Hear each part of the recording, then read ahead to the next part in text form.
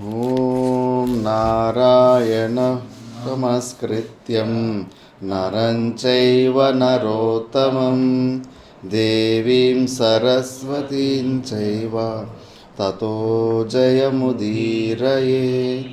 ಓಂ ಶಾಂತಿ ಶಾಂತಿ ಶಾಂತಿ. ನಾವು ಮಹಾಭಾರತದ ವನಪರ್ವದಲ್ಲಿ ವಿಚಾರ ಮಾಡ್ತಿದ್ವಿ. ಇದರಲ್ಲಿ 123ನೇ ಅಧ್ಯಾಯವನ್ನು ಈಗ ಪ್ರಾರಂಭ ಮಾಡಬೇಕು. ಅಲ್ಲೇ ಕೂತ್ಕೋ, ಅದ್ರ ಮೇಲೆ ಕೂತ್ಕೋ. ಲೋಮಶರು ಕಥೆಯನ್ನು ಮುಂದುವರಿಸ್ತಾರೆ. ಈಗ ಧರ್ಮರಾಜ ಲೋಮಶ ಮಹರ್ಷಿ ಜೊತೆಗೆ ಇದ್ದು ತೀರ್ಥ ಕ್ಷೇತ್ರಗಳು ತಿರುಗ್ತಾ ಇದ್ದಾರೆ. ಯಾವ್ಯಾವ ತೀರ್ಥಕ್ಷೇತ್ರ ಬರುತ್ತೆ ಅದರಲ್ಲಿನ ಸ್ಟೋರಿಯನ್ನೆಲ್ಲ ಹೇಳ್ಕೊತ ಹೋಗ್ತಾ ಇದ್ದಾರೆ. ಆ ಸ್ಟೋರಿಯಲ್ಲಿ ಚವನ ಋಷಿದು ಒಂದು ಸ್ಟೋರಿ ಬರುತ್ತೆ.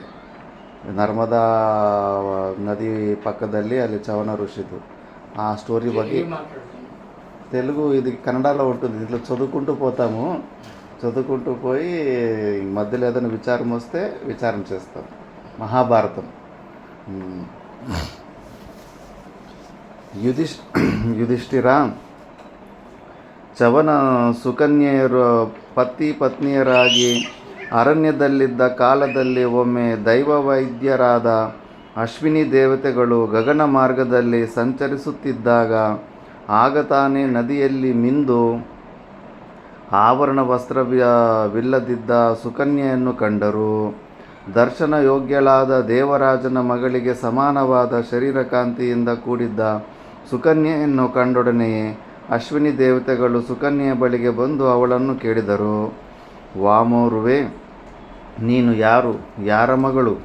ಈ ನಿರ್ಜನವಾದ ಕಾಡಿನಲ್ಲಿ ಏನು ಮಾಡುತ್ತಿರುವೆ? ಭದ್ರೇ, ಶೋಭನಾಂಗಿಯೇ, ನಾವು ನಿನ್ನ ವಿಷಯವನ್ನು ತಿಳಿಯಬೇಕೆಂದು ಕುತೂಹಲದಿಂದಿರುವೆವು. ಎಲ್ಲ ವಿಷಯಗಳನ್ನು ಮರೆಮಾಚದೆ ಹೇಳು. ಅಶ್ವಿನಿ ದೇವತೆಗಳ ಮಾತುಗಳನ್ನು ಕೇಳಿ ಸುಕನ್ಯೆಯು ನಾಚಿಕೆಯ ಮುಖಭಾವದಿಂದ ಕೂಡಿದವಳಾಗಿ ಹೇಳಿದಳು. ನಾಸತ್ಯರೇ,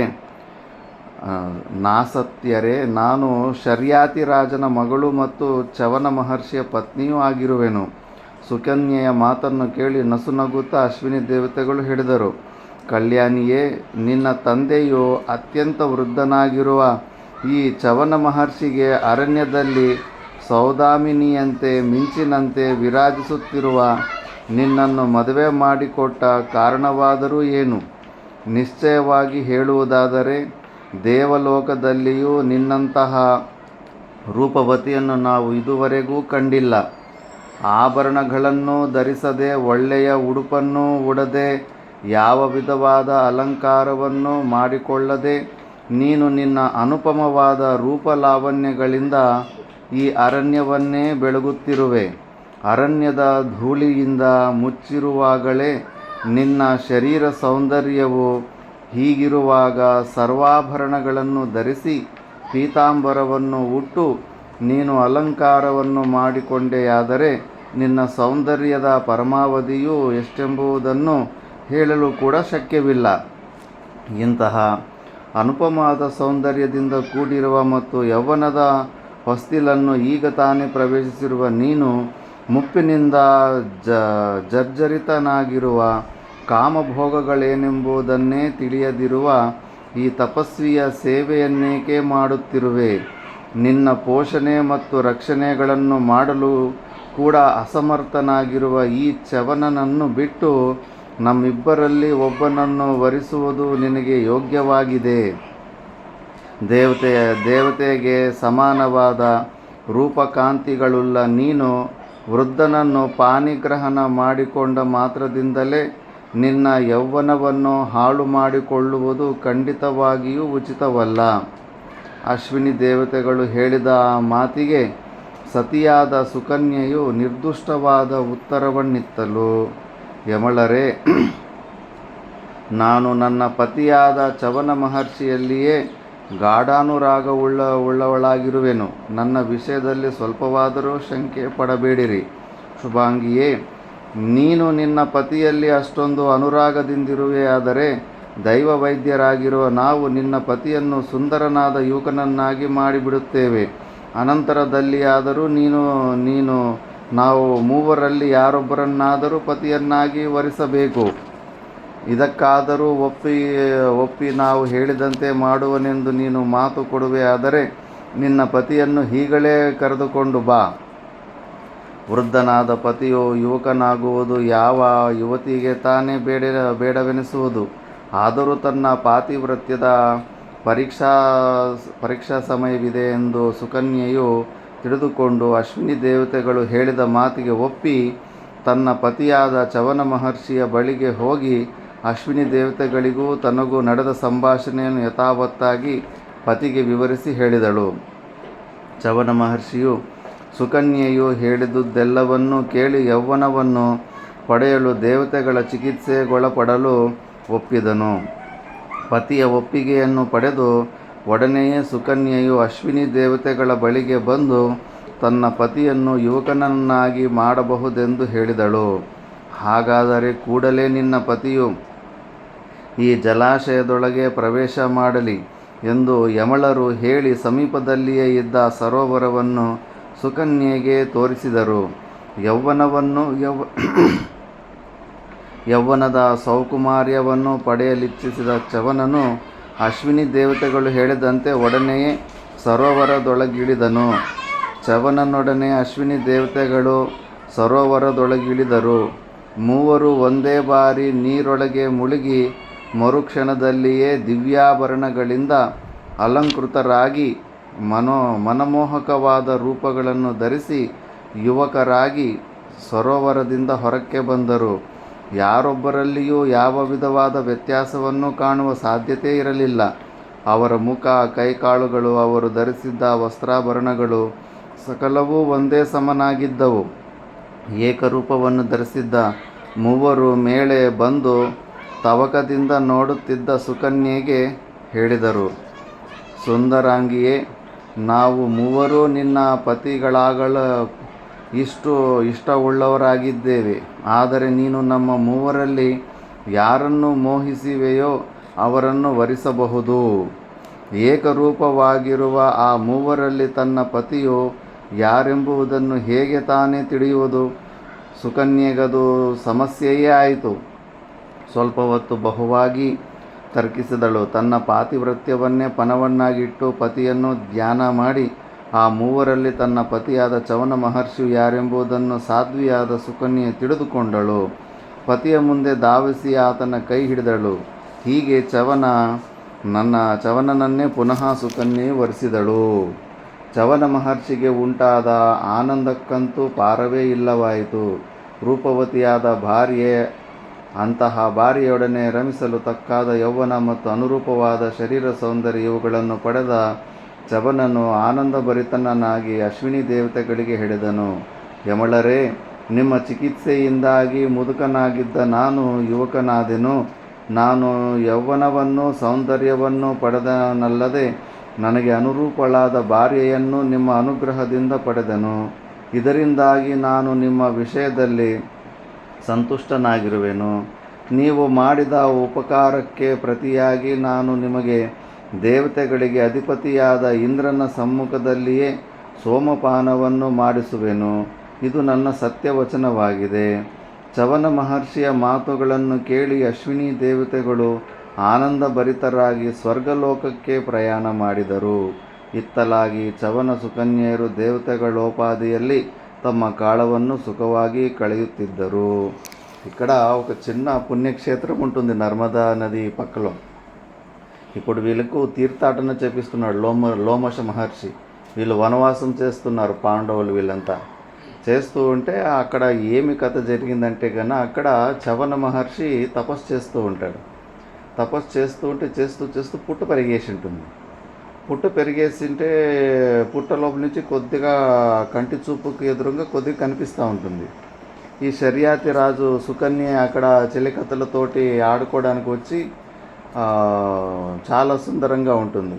ఇంకా ఆ పుట్ట కాడికి వచ్చి చూస్తే పుట్ట లోపల ఆ కళ్ళు మాత్రం ఏదో కొద్దిగా మెరుస్తూ ఉంటాయి. ఏమి అది అని చెప్పేసి దగ్గరికి వచ్చి చూసి ఆ కళ్ళు కుచ్చేస్తుంది చవన మహర్షి. చవన మహర్షి కళ్ళు కుచ్చేస్తుంది. మళ్ళా తెలియక ఇంటికి వచ్చేసి ఉంటుంది. ఆ రాజు కూడా చాలా బుద్ధివంతుడై ఉంటాడు. ఆ రాజు సైనికులందరూ పక్షపాతం వచ్చినట్లు కొద్దిగా అనారోగ్యం, అంటే ఎవరికి మూత్రమే ఆగిపోతుంది. అంటే ఏదో తప్పు చేయరాని తప్పు చేసిన ఎవరో మహాత్ములకి అక్కడ చవన మహర్షి తపస్సు చేస్తుండే, అక్కడికి ఎవరన్నా పోయినారా మన రాజ్యం నుంచి అంటే కూతురే చెప్తుంది, నేనే పోయింటి, నాకు తెలియక అందులో ఏదో అట్లా ఉంటే కన్నా ముళ్ళుతోటి ఆ కన్ను పొడిచినాను అని. మళ్ళీ అదంతా పుట్ట తవ్వి చూస్తే ఆయన చవన మహర్షి. ఆయన ఆ వయసులో కూడా వృద్ధావస్థలో సుకన్య మీద మోహపడి ఉంటాడు. ఇంక ఈమె అలా కన్ను కూర్చి తప్పు కూడా చేసింది. అందుకే ఇంకా మమ్మల్ని క్షమించండి అని అడగనీకి పోతే కన్నా మీ కూతురు నాకు ఇచ్చి పెళ్లి చేయమంటాడు. ఇంకా సరే, ఇంకా అంత పెద్ద గురువులు కదా అని వద్దంటే కూడా శాపం పెడతాడని చెప్పేసిందును ఇంకా ఇచ్చేస్తాడు. ఇచ్చేసిన తర్వాత ఇంకా ఆమె పాతివ్రత ధర్మాలు పాటించుకుంటూ ఇంకా కరెక్ట్గా సేవలు చేసుకుంటూ ఉంటుంది. సేవలు చేసుకుంటూ ఉన్నప్పుడు ఒకరోజు అశ్విని దేవతలు పైనుంచి వచ్చి, ఎవరమ్మా నువ్వు ఇంత అందంగా ఉండవు అంటే, ఇట్లా నేను పలానా షర్యాతి రాజు కూతుర్ని చవన మహర్షి భార్యని అని. ఓహో, పోయి ఆ ముసలోనికి కట్టిపెట్టింటాను నిన్ను, నీ జీవితం నాశనం చేశారు కదా, మా ఇద్దరిలో ఎవరినన్నా నువ్వు సెలెక్ట్ చేసుకో, మమ్మల్ని పెళ్లి చేసుకో అంటారు. లేదు నేను నా భర్త మీదనే నేను శ్రద్ధ పెట్టి ఉన్నాను, పతివ్రతని చెప్పుకుంటుంది. సరేలే, ఇంకో ఆప్షన్ ఇస్తాము, నువ్వు నీ భర్తను కూడా ముసలోని కూడా మేము యువకునిలాగా చేస్తాము. యువకునిలాగా చేస్తాం, మా ముగ్గురులో మళ్ళీ నువ్వు నిజమే వాళ్ళు మా ముగ్గురు రూపాయలు ఒకేలాగా ఉంటాయి, నువ్వు నీ మొగుడు ఎవరో నువ్వు సెలెక్ట్ చేసుకుంటే కన్నా నీకు నీ మొగుడు దొరుకుతాడు అని. మరి ఈ విషయం వచ్చి చవన మహర్షికి చెప్తే, సరేలే చేయమని చెప్పు అని. ఇంకా ఆ తీర్థం అక్కడ ఉంది. ఇప్పుడు కూడా ఏదో చవన ఆశ్రమం అంతా నోడిదిరప్ప చవన కొన్ని నీళ్ళు భూమిలో నుంచి కొన్ని వస్తూ ఉంటాయి. ఆ నీళ్ళు అక్కడ ఎంత ఫ్లాట్ ఉంది, పైన ఏమి కొండలు లేవు, ఏమీ లేవు, ఫ్లాట్ భూమిలో నుంచి నీళ్ళు బోర్లో వచ్చినట్లు వస్తూ ఉంటాయి అట్లా. ఇంకా దాన్ని అంటారు చాలామంది. ఇంకా కుండలో అక్కడ ముగ్గురు ఇట్లా మునిగి లేచేసరికి ముగ్గురు ఒకే రూపంలోనే వచ్చేసారు. ఇప్పుడు ఈమె ముగ్గురులో తన మొగుడిని మాత్రమే సెలెక్ట్ చేసుకోవాలి. ఇంకా దండం పెట్టుకొని పతివ్రతం అంటే పతినే దేవుడని మనసులో ధ్యానం చేసుకొని కరెక్ట్గా మొగుడినే సెలెక్ట్ చేసుకుంటే ఇంకా అశ్విని దేవతలు వదిలిపెట్టి వెళ్ళిపోతారు. అంటే ఆ తీర్థక్షేత్రంలో ఏ తీర్థక్షేత్రంలో ఏమేమి కథలు జరిగినాయని చెప్పుకుంటూ తీర్థాటన చేస్తూ ఉంటారు. మనం కూడా అంతే, తీర్థాటన చేసేటప్పుడు అక్కడ చరిత్ర, అక్కడున్న కథ ఏది అన్నది తెలుసుకోవాలి. అక్కడ దాంట్లోనే ఎంతో సాధనలు ఉంటాయి ఆ చరిత్రలోని. ನೆಕ್ಸ್ಟು, ಶರ್ಯಾತಿಯ ಯಜ್ಞ ಸಮಯದಲ್ಲಿ ಚವನನನ್ನು ಇಂದ್ರನ ವಿಷಯದಲ್ಲಿ ಕುಪಿತನಾಗಿ ವಜ್ರಾಯುಧವನ್ನೇ ಸ್ತಂಭನಗೊಳಿಸಿದುದು ಇಂದ್ರನ ವಿನಾಶಕ್ಕಾಗಿ చవనನಿಂದ మదాసురన ఉత్పత్తి. ఇప్పుడు ఆ కథ స్టార్ట్ అవుతుంది. ఇంద్రునికి చవననికి యుద్ధం. ಯುಧಿಷ್ಠಿರ, ಚವನ ಮಹರ್ಷಿಯು ಅಶ್ವಿನಿ ದೇವತೆಗಳ ಅನುಗ್ರಹದಿಂದ ನವಯೌವನವನ್ನು ಪಡೆದನೆಂಬ ವಾರ್ತೆಯು ಚವನ ಮಹರ್ಷಿಯ ಮಾವನಾದ ಶರ್ಯಾತಿಗೂ ತಿಳಿಯಿತು. ಮಹಾರಾಜನು ಆನಂದಭರಿತನಾಗಿ ಚತುರಂಗ ಬಲ ಸಮೇತನಾಗಿಯೂ ಪರಿವಾರದೊಡನೆಯೂ ಚವನ ಮಹರ್ಷಿಯ ಆಶ್ರಮಕ್ಕೆ ಆಗಮಿಸಿದನು. ದೇವಪುತ್ರರಿಗೆ ಸಮಾನವಾದ ರೂಪ ಯೌವನಗಳನ್ನು ಪಡೆದು ಸುಖಾಸೀನರಾಗಿದ್ದ ಚವನ ಸುಕನ್ಯರನ್ನು ಕಂಡು ಶರ್ಯಾತಿಗೂ ಅವನ ಪತ್ನಿಗೂ ಉಂಟಾದ ಆನಂದಕ್ಕೆ ಪಾರವೇ ಇರಲಿಲ್ಲ. ಚಕ್ರವರ್ತಿಯೊಬ್ಬನು ಪ್ರಪಂಚದ ಸಕಲ ದೇಶಗಳನ್ನು ಗೆಲ್ಲುವುದರಿಂದ ಎಷ್ಟು ಆನಂದ ಪಡುವನೋ ಅದಕ್ಕಿಂತಲೂ ಹೆಚ್ಚಾದ ಆನಂದವನ್ನು ಶರ್ಯಾತಿಯು ಪಡೆದನು. ರಾಜಧಾನಿಯಿಂದ ಆಗಮಿಸಿದ ಶರ್ಯಾತಿಯನ್ನು ಮತ್ತು ಅವನ ಪರಿವಾರವನ್ನು ಚವನ ಮಹರ್ಷಿಯು ಆದರದಿಂದ ಸ್ವಾಗತಿಸಿ ಸತ್ಕರಿಸಿದನು. ಅರ್ಘ್ಯ ಪಾದ್ಯ ಫಲಾಹಾರಾದಿಗಳು ಮುಗಿದ ನಂತರ ಶರ್ಯಾತಿಯು ಸುಖಾಸೀನನಾಗಿ ಕುಳಿತು ಚವನ ಮಹರ್ಷಿಯೊಡನೆ ಮಂಗಳದಾಯಕವಾದ ಮನೋಜ್ಞವಾದ ಕಥನಗಳಲ್ಲಿ ತಲ್ಲೀನನಾದನು. ಆ ಮಾತುಕತೆಗಳ ಮಧ್ಯದಲ್ಲಿ ಚವನ ಮಹರ್ಷಿಯು ರಾಜನೊಡನೆ ಬಹು ಸಂತೋಷದಾಯಕವಾದ ಒಂದು ಮಾತನ್ನು ಹೇಳಿದನು. ಮಹಾರಾಜ, ನಾನು ನಿನ್ನಿಂದ ಒಂದು ಮಹಾಯಜ್ಞವನ್ನು ಮಾಡಿಸುತ್ತೇನೆ. ಯಜ್ಞಕ್ಕೆ ಬೇಕಾಗುವ ಸಂಭಾರುಗಳನ್ನು ಈ ಕೂಡಲೇ ಸಿದ್ಧಪಡಿಸು. ಯುಧಿಷ್ಠಿರ, ಚವನ ಮಹರ್ಷಿಯ ಆ ಮಾತಿನಿಂದಾಗಿ ಶರ್ಯಾತಿಗೆ ಮಹಾನಂದವಾಯಿತು. ಚವನನ ಮಾತಿನಂತೆ ರಾಜನು ಯಜ್ಞ ಮಾಡಲೊಪ್ಪಿದನು. ಯಜ್ಞದ ಆರಂಭಕ್ಕೆ ಪ್ರಶಸ್ತವಾದ ಮುಹೂರ್ತವಿದ್ದ ದಿನದಂದು ಶರ್ಯಾತಿಯು ಸರ್ವಕಾಮ ಸಮೃದ್ಧಿಯಿಂದ ಕೂಡಿರುವ ಉತ್ತಮೋತ್ತಮವಾದ ಯಜ್ಞಶಾಲೆಯನ್ನು ಕಟ್ಟಿಸಿದನು. ಶರ್ಯಾತಿಯು ಆರಂಭಿಸಿದ ಆ ಯಜ್ಞಕ್ಕೆ ಚವನ ಮಹರ್ಷಿಯೇ ಪುರೋಹಿತನಾದನು. ಯುಧಿಷ್ಠಿರ, ಆ ಯಾಗದಲ್ಲಿ ನಡೆದ ಅದ್ಭುತ ಘಟನೆಗಳನ್ನು ನಿನಗೆ ವಿವರಿಸಿ ಹೇಳುವೆನು ಕೇಳು. ಯಜ್ಞಾಂಗವಾದ ಸಕಲ ಕರ್ಮಗಳು ಮುಗಿದ ನಂತರ ಚವನ ಮಹರ್ಷಿಯು ದೈವ ವೈದ್ಯರಾದ ಅಶ್ವಿನಿ ದೇವತೆಗಳಿಗೆ ವಿಧಿಪೂರ್ವಕವಾಗಿ ಸೋಮರಸವನ್ನು ಸಮರ್ಪಿಸಲು ಗ್ರಹವನ್ನು ಅಂದರೆ ಸೋಮರಸವಿರುವ ಪಾತ್ರೆಯನ್ನು ಕೈಯಲ್ಲಿ ಹಿಡಿದು ಮಂತ್ರವನ್ನು ಪುನಶ್ಚರಣೆ ಮಾಡತೊಡಗಿದನು. ಆ ವೇಳೆಗೆ ಸರಿಯಾಗಿ ಇಂದ್ರನು ಆಗಮಿಸಿ ಚವನ ಮಹರ್ಷಿಯನ್ನು ತಡೆಯುತ್ತಾ ಹೇಳಿದನು, ಮಹರ್ಷಿಯೇ, ಈ ಅಶ್ವಿನಿ ದೇವತೆಗಳಿಬ್ಬರೂ ಸೋಮರಸವನ್ನು ಪಾನ ಮಾಡಲು ಅನರ್ಹರೆಂಬುದು ನನ್ನ ಅಭಿಪ್ರಾಯವಾಗಿದೆ. ಇವರು ದೇವತೆಗಳ ವೈದ್ಯರಾಗಿರುತ್ತಾರೆ.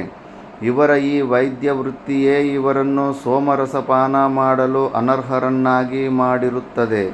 ಆದುದರಿಂದ ಮಂತ್ರಪೂತವಾದ ಸೋಮರಸವನ್ನು ಇವರಿಗೆ ಕೊಡುವುದು ಖಂಡಿತವಾಗಿಯೂ ಸರಿಯಲ್ಲ. ಚವನನು ಹೇಳ್ತಾನೆ, ಮಹೇಂದ್ರನೇ, ಹೀಗೇಗೆ ಹೇಳುವೆ? ಇವರು ಮಹೋತ್ಸಾಹಶಾಲಿಗಳಾದ ದೇವತೆಗಳು. ಇವರು ಮಹಾತ್ಮರು, ಅತ್ಯಮೋಘವಾದ ರೂಪ ಸಂಪತ್ತುಳ್ಳವರು. ಮೇಲಾಗಿ ಇವರು ವೃದ್ಧನಾಗಿದ್ದ ನನ್ನನ್ನು ಸಾಕ್ಷಾತ್ ದೇವತೆಯಂತೆಯೇ ಯುವಕನನ್ನಾಗಿ ಮಾಡಿರುವರು. ಹೀಗಿರುವಾಗ ನಿನ್ನ ಮತ್ತು ಇತರ ದೇವತೆಗಳ ಹೊರತಾಗಿ ಯಜ್ಞದಲ್ಲಿ ಸೋಮಪಾನ ಮಾಡಲು ಈ ಅಶ್ವಿನಿ ದೇವತೆಗಳಿಗೆ ಅಧಿಕಾರವೇಕಿಲ್ಲ. ಇವರು ಯಾವ ಕಾರಣದಿಂದ ಅನರ್ಹರಾಗಿರುವರು? ಅಶ್ವಿನಿ ದೇವತೆಗಳನ್ನು ಇತರ ದೇವತೆಗಳಂತೆಯೇ ಪರಿಗಣಿಸುವುದು ನಿನಗೆ ಸಾಧುವಾಗಿದೆ.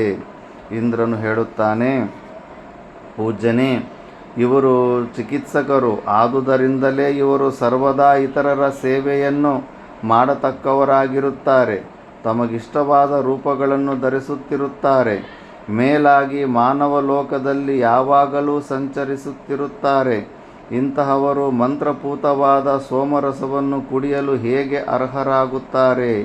ಚವನ ಮಹರ್ಷಿಯು ಎಷ್ಟೇ ಸಮಾಧಾನವನ್ನು ಹೇಳಿದರೂ ಇಂದ್ರನು ಒಪ್ಪಲಿಲ್ಲ. ಅಶ್ವಿನಿ ದೇವತೆಗಳು ಸೋಮರಸವನ್ನು ಪಾನ ಮಾಡಲು ಅನರ್ಹರೆಂದು, ಅವರಿಗೆ ಮಂತ್ರಪೂತವಾದ ಸೋಮರಸವನ್ನು ಖಂಡಿತವಾಗಿಯೂ ಕೊಡಕೂಡದೆಂದು ಇಂದ್ರನು ಪದೇ ಪದೇ ಹೇಳುತ್ತಲೇ ಇದ್ದನು. ಅದನ್ನು ಕಂಡು ಬೇಸತ್ತ ಚವನ ಮಹರ್ಷಿಯು ಇಂದ್ರನ ಮಾತನ್ನು ನಿರಾಕರಣೆ ಮಾಡಿ ತನ್ನ ಸಂಕಲ್ಪದಂತೆ ಅಶ್ವಿನಿ ದೇವತೆಗಳಿಗೆ ಸೋಮರಸವನ್ನು ಕೊಟ್ಟೇ ತೀರುವೆನೆಂದು ನಿಶ್ಚಯಿಸಿ ಅಶ್ವಿನಿ ದೇವತೆಗಳಿಗೆ ಅರ್ಪಿಸಲು ಸೋಮರಸದ ಉತ್ತಮಾಂಶವನ್ನು ತೆಗೆದುಕೊಳ್ಳುವುದರಲ್ಲಿದ್ದಾಗ ಬಲಹಂತಕನಾದ ಇಂದ್ರನು ಚವನ ಮಹರ್ಷಿಗೆ ಪುನಃ ಹೇಳಿದನು, ಮಹರ್ಷಿಯೇ, ನೀನು ನನ್ನ ಮಾತನ್ನು ನಿರಾಕರಿಸಿ ಆ ಅಶ್ವಿನಿ ದೇವತೆಗಳಿಗೆ ಸೋಮರಸವನ್ನು ಕೊಡಲು ಸೋಮರಸವಿರುವ ಪಾತ್ರೆಯನ್ನು ಮೇಲೆತ್ತಿದೆಯಾದರೆ ಒಡನೆಯೇ ನಾನು ಪ್ರಪಂಚದಲ್ಲಿರುವ ಸಕಲ ಶಸ್ತ್ರಗಳಲ್ಲಿಯೂ ಶ್ರೇಷ್ಠವಾದ ಈ ವಜ್ರಾಯುಧವನ್ನೇ ನಿನ್ನ ಮೇಲೆ ಪ್ರಯೋಗಿಸುವೆನು. ಇಂದ್ರನ ಮಾತುಗಳನ್ನು ಕೇಳಿದ ಚವನ ಮಹರ್ಷಿಯು ಇಂದ್ರನ ಕಡೆಗೊಮ್ಮೆ ತಿರುಗಿ ನಸುನಕ್ಕು ಸೋಮರಸವಿದ್ದ ಪಾತ್ರೆಯನ್ನು ಅಶ್ವಿನಿ ದೇವತೆಗಳಿಗೆ ಅರ್ಪಿಸುವ ಸಲುವಾಗಿ ಕೈಯಲ್ಲಿ ತೆಗೆದುಕೊಂಡನು. ಅಂತೆಯೇ ಇಂದ್ರನು ಚವನ ಮಹರ್ಷಿಯ ಮೇಲೆ ಪ್ರಯೋಗಿಸಲು ವಜ್ರಾಯುಧವನ್ನು ಕೈಯಲ್ಲಿ ಹಿಡಿದು ಪ್ರಯೋಗಿಸಲು ಸಿದ್ಧನಾಗಲಾಗಿ ಚವನ ಮಹರ್ಷಿಯು ತನ್ನ ಮಂತ್ರಶಕ್ತಿಯಿಂದ ವಜ್ರಾಯುಧವನ್ನು ಹಿಡಿದಿದ್ದ ಇಂದ್ರನ ಕೈಯನ್ನೇ ಸ್ತಂಭನಗೊಳಿಸಿಬಿಟ್ಟನು. ವಜ್ರಾಯುಧವನ್ನು ಪ್ರಯೋಗಿಸಲು ಮೇಲೆತ್ತಿದ ಇಂದ್ರನ ಬಾಹುವು ಹಾಗೆಯೇ ನಿಂತು ಹೋಯಿತು. ಚವನ ಮಹರ್ಷಿಯು ಇಂದ್ರನ ಬಾಹುವನ್ನು ಅತ್ಯದ್ಭುತವಾಗಿ ಸ್ತಂಭನಗೊಳಿಸಿ ಮಂತ್ರ ಪುನಶ್ಚರಣೆ ಮಾಡಿ ಸೋಮರಸವನ್ನು ಅಗ್ನಿಯಲ್ಲಿ ಹೋಮ ಮಾಡಿದನು. ಕೃತಕೃತ್ಯನಾದ ಚವನ ಮಹರ್ಷಿಯು ಅಷ್ಟರಿಂದಲೇ ತೃಪ್ತನಾಗದೆ ಇಂದ್ರನಿಗೆ ಹಿಂಸೆ ಕೊಡಲು ನಿಶ್ಚಯಿಸಿದವನಾಗಿ ತನ್ನ ತಪೋಬಲದಿಂದ ಮದ ಎಂಬ ಹೆಸರಿನ ರಾಕ್ಷಸನನ್ನು ಸೃಷ್ಟಿಸಿದನು. ಆ ಮದ ರಾಕ್ಷಸನು ಮಹಾಪರಾಕ್ರಮಿಯಾಗಿಯೂ ಮಹಾಕಾಯಕನಾಗಿಯೂ ಇದ್ದನು. ಅವನ ಶರೀರದ ಪರಿಮಾಣವನ್ನೆಳೆಯಲು ಸುರಾಸುರರಿಗೂ ಶಕ್ಯವಿರಲಿಲ್ಲ. ಅವನ ಮುಖವು ಬಹುಘೋರವಾಗಿದ್ದಿತು. ಅವನ ಕೊರೆದಾಡೆಗಳು ಬಹಳ ಚೂಪಾಗಿದ್ದವು.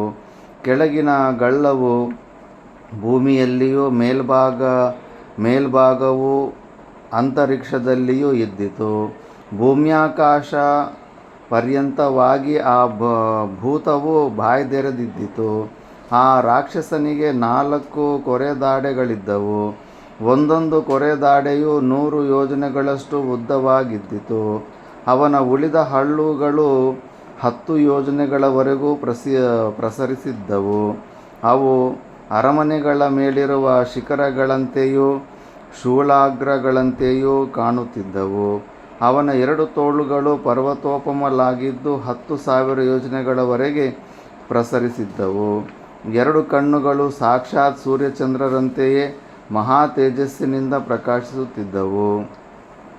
ಅವನ ಮುಖವು ಪ್ರಳಯ ಕಾಲದಲ್ಲಿ ಉದ್ಭವಿಸುವ ಕಾಳಾಗ್ನಿಗೆ ಅನುರೂಪವಾಗಿದ್ದಿತು.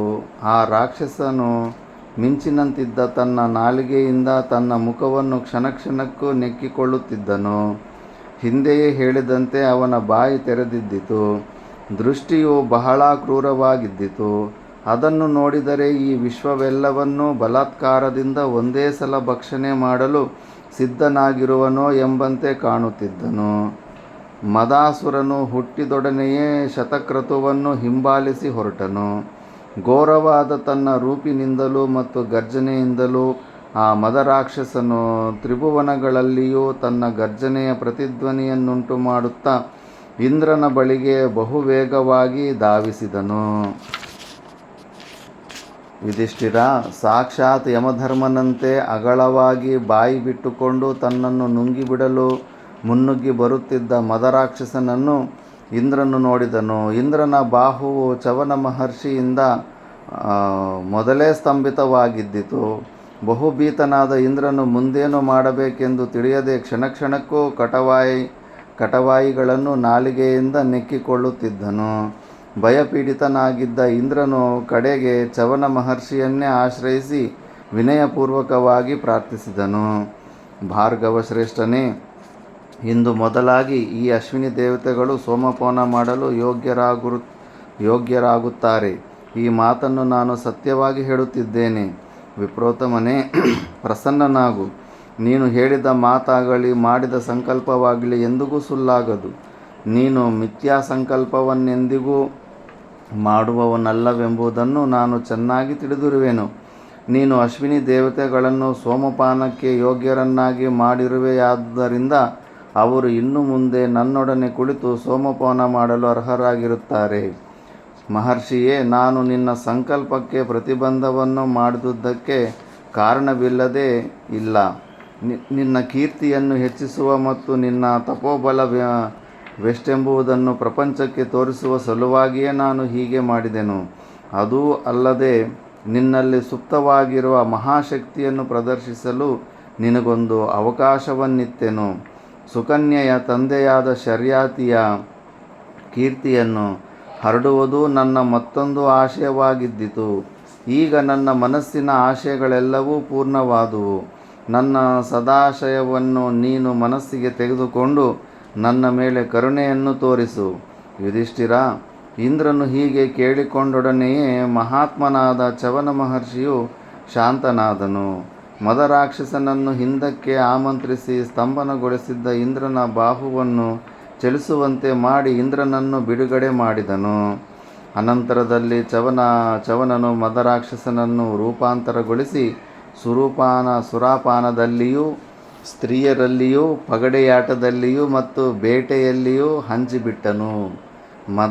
అందుకే మదమేయ ఈ చేసేట వాళ్ళకే మదం ఎక్కువ ఉంటుంది.